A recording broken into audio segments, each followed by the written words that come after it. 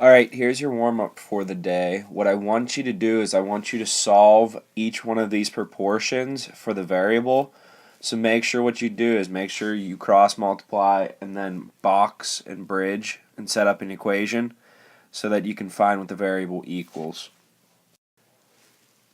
What we're going to move on to today is Chapter 4, Section 5, which is using similar figures. It's kind of like what we have been doing in Chapter 4, Section 4, with using corresponding sides, corresponding angles.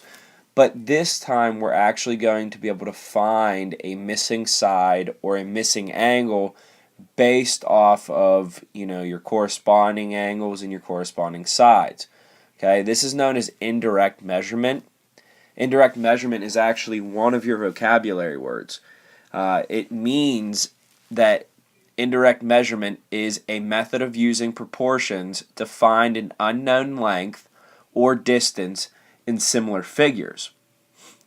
So basically what we have here is, if I was to give you an example of two figures, okay, we're going to use triangles again because that's mostly what you're going to see.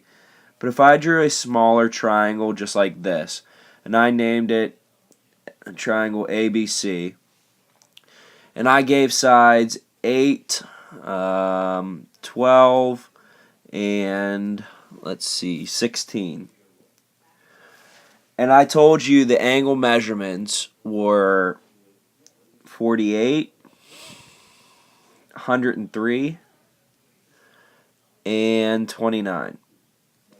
And I drew another triangle, this time a bigger triangle. And I said that these two triangles are similar. These two triangles are J, K, and L. And I said that this was 28 centimeters. This was 56. This was X. And that angle in there was angle Y. Okay? And again, I said that these two triangles, triangle A, B, C, is similar to triangle JKL. Now, that little symbol right there, it means similar. Okay, so when you see that, it means similar. Okay, so basically, again, that's saying that triangle ABC is similar to triangle JKL. Now, what we need to do is we need to find the unknown measures here. Okay, so we need to find what that X is, and we need to find what that Y is. And we can do this by knowing our corresponding side and our corresponding angles, okay? So for the first step, what we can do is we can set up a proportion to find the value of X. And the way we do that is we can pick any side from the smaller figure, okay? So pick any of the sides. So say we just decide we're going to pick, let's say 16. Okay? That is going to be one of our sides. Okay? Now you have to find the corresponding side to that. Okay? So the corresponding side to that is 56. Okay? Because AC and LJ are considered corresponding sides. Okay? So that's one of your proportions. Then we put our equal sign, and now we have to figure out our other proportion. Okay? Now, you want to put your variable in. Okay? So your variable is definitely going to be in there. Now, is your variable going to be in the top or the bottom? Well, we have to say, okay, well, 56 and this other side have to both be from the same figure. Okay? They have to be from the same figure. Okay, so we're going to put X into our denominator, okay? So our denominators are from the same figure. Now we have to look and say, okay, what is the corresponding side with X? And in these two figures, the corresponding side of X, or the side KL, is actually going to be side BC, okay? Because these two figures are pretty much mirrored to each other, meaning that they're flipped, okay? So if you were holding a mirror, that's what it would look like. So side BC is actually the corresponding side to KL. So we're going to put our 12 right above that. Okay. Now from here, all we have to do is we have to cross multiply. Multiply that times that, and that times that. Okay. And what we're going to get, let me move this up a little bit. What we're going to get is we're going to get 16x equals, well, 12 times 56. Let's see, 12 times 56, 56 times 12. That'd be 12, carry the 1. 2 times 5 is 10. 11, bring down the 0. 6, 5, plus 2, 7, 6.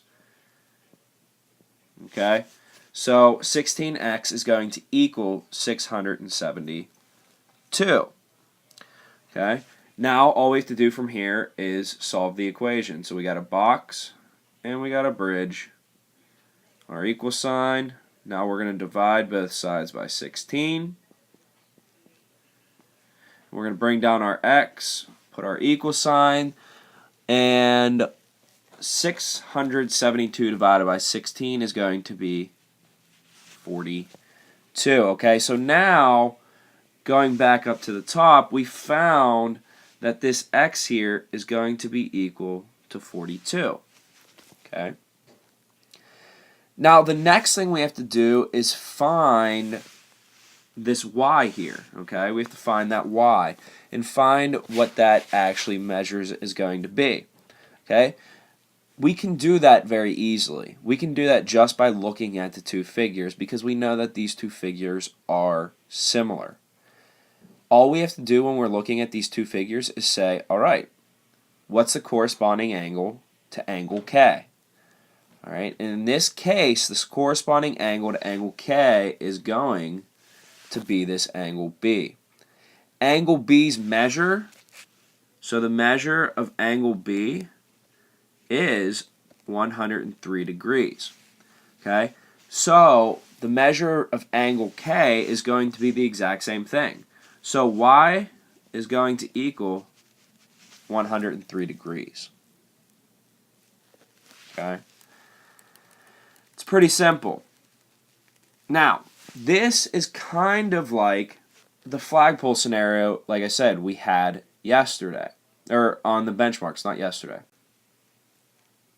So, if we had the flagpole, okay, so we have this flagpole, it's here, you know, it has its little flag on it, yada, yada, yada, okay, little flagpole, okay, and it's going to cast a shadow out, all right, and we're going to say that this shadow was 24 feet.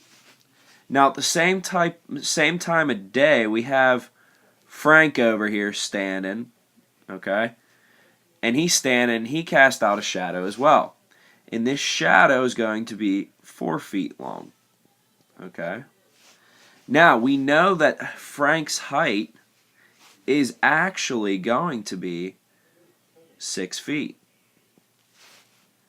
Okay. Now we have to figure out and say, well, how tall is the flagpole? And it's actually very simple. It's very simple indeed. Okay. All you have to do is make both of these into triangles. So now you can figure out the missing side because this flagpole, we don't know how big it is, but we can label it as X. And again, it's setting it up as a simple proportion here. Okay? So if we set it up as a simple proportion, there's your line, equal sign, and your other line for your two ratios. And remember, we're going to put 6 feet, or you could put 4, it's up to you, over X, and we're going to put 4 feet over 24. Okay? Now from here, all we have to do is we have to then, again, cross multiply. Let me slide this up. We're just going to cross multiply here. Okay, cross multiply, and we get 4x equals, let's see, 24 times 6. 6 times 4 is 24. Carry the 2. 6 times 2 is 12. 144. Okay. Now we're going to box. We're going to bridge. Divide both sides by 4. Divide by 4. And we get x equals 36. Okay, so now going back up to the top, we know what x equals. We can say that the height of the flagpole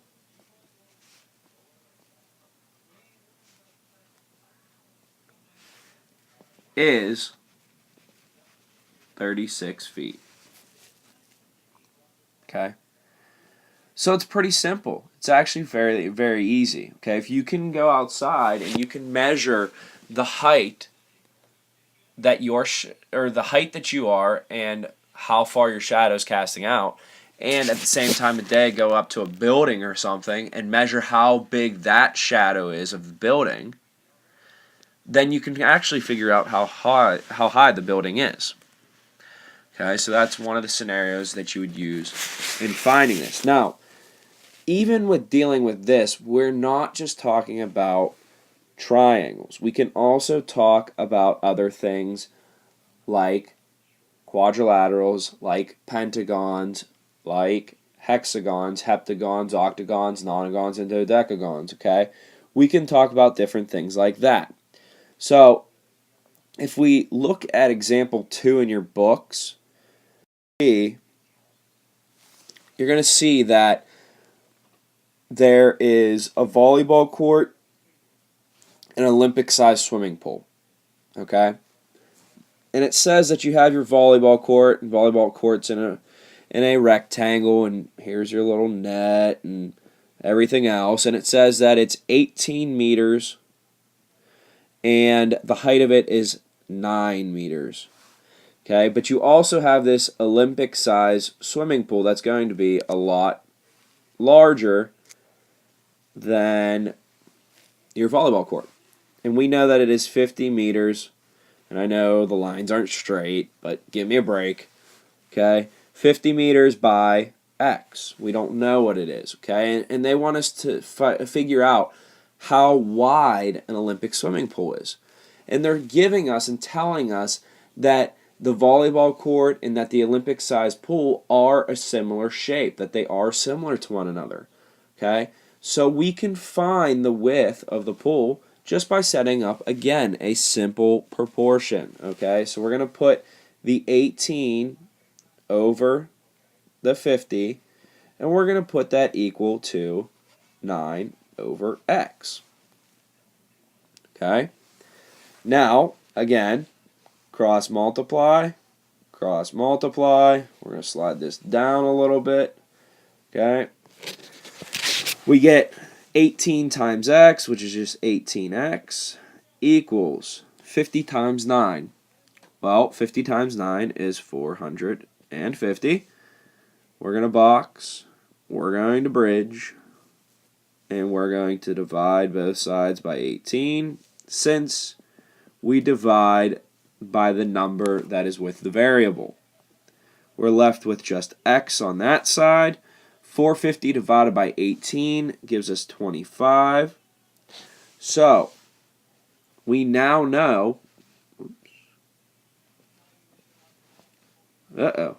I don't know why it's doing that. Okay, well. It's okay. We can move.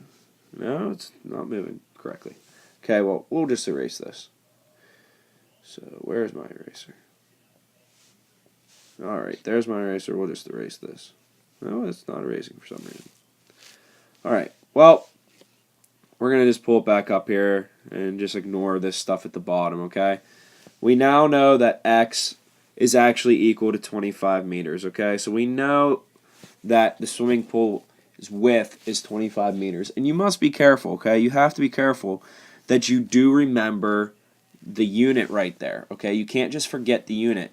You can't just drop the unit, because if you drop the unit, then it's considered not correct. So you got to make sure that you remember the unit, okay? Now, there's many real-life scenarios. There's also a lot of just mathematical things that you're going to need to do as well, okay? And I'm not going to give you the homework tonight, but you're going to need to know this stuff, okay, moving forward. All right? So that is going to be it as far as Chapter 4, Section 5. And we're going to be moving into actually scale drawings, which should be a lot more fun for you guys because that's something that really uses all of these proportions and everything, but at the same time is really used a lot more in real life than you actually realize. All right? Okay.